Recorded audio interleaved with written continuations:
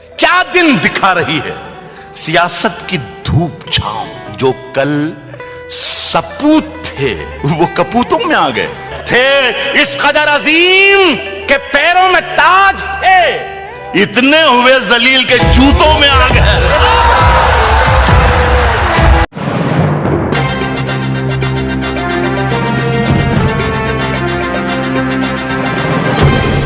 देखते रहिए the prime news Abdul Rahman के साथ। इन दिनों मालेगांव की आवाम में एक चर्चा बड़ी तेजी से गर्दिश कर रही है कि हर बार किसी नई पार्टी से टिकट लेकर चुनाव जीतने वाले शहर के एक मशहूर सियासतदान हर बार की तरह इस बार भी किसी नई पार्टी में जाने के लिए पर तौलते नजर आ रहे हैं। फिलहाल उनका ताल्लुक जिस पार्टी से है उस पार्टी ने उनका टिकट तकरीबन तय ही कर दिया है, मगर उनकी तबीयत, उनका मिजाज और उनके फितरत की बेइतदाली उन्हें किसी और ठिकाने पर जाने पर मजबूर कर रही है। पिछले दिनों उनके दिल्ली में खैमाजन होने की भी खूब चर्चा सुनने में आई है। सियासत में कुछ भी बाइद नहीं है, कुछ भी नामुमकिन नहीं है। कल तक जिस सियासी पार्टी को मुसलमानों का छोटा दुश्मन कहा जाता रहा, जिसे मीठा जहर कहा जाता रहा, आज वो मीठा जहर और दुश्मन प्यारे लगने लगे, ऐसी आवाम में चर्चा है। होटल पर बैठे एक जहां दीदा बुजुर्ग कहते सुना गया कि हर बार उन्हें इलेक्शन में एक नए डंडे और एक नए झंडे की जरूरत पड़ती है।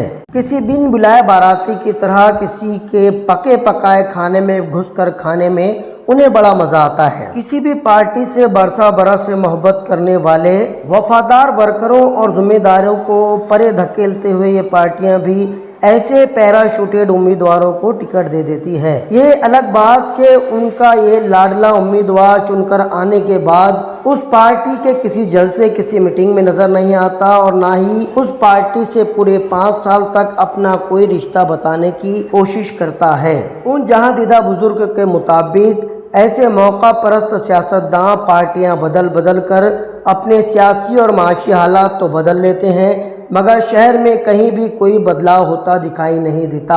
ये शहर आसपास के देहातों से भी बदतर होता जा रहा है, बल्कि ये खुद तो अपने ही शहर के मगरिबी हिस्से से पिछड़ा हुआ नजर आता है।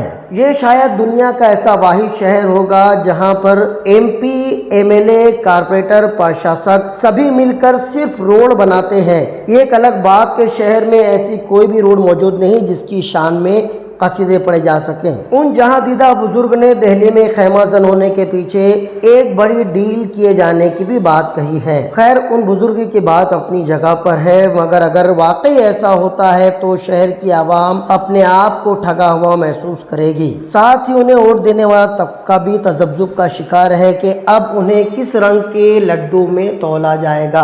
अब ये सियासी बिल्ली कब थैले से बाहर आती है और अमन चौक के एक इच्छुक और ख्वाहिशमंद उम्मीदवार के खाने में क्या एक बार फिर मिट्टी डाली जाती है, ये तो आने वाला वक्त ही बताएगा।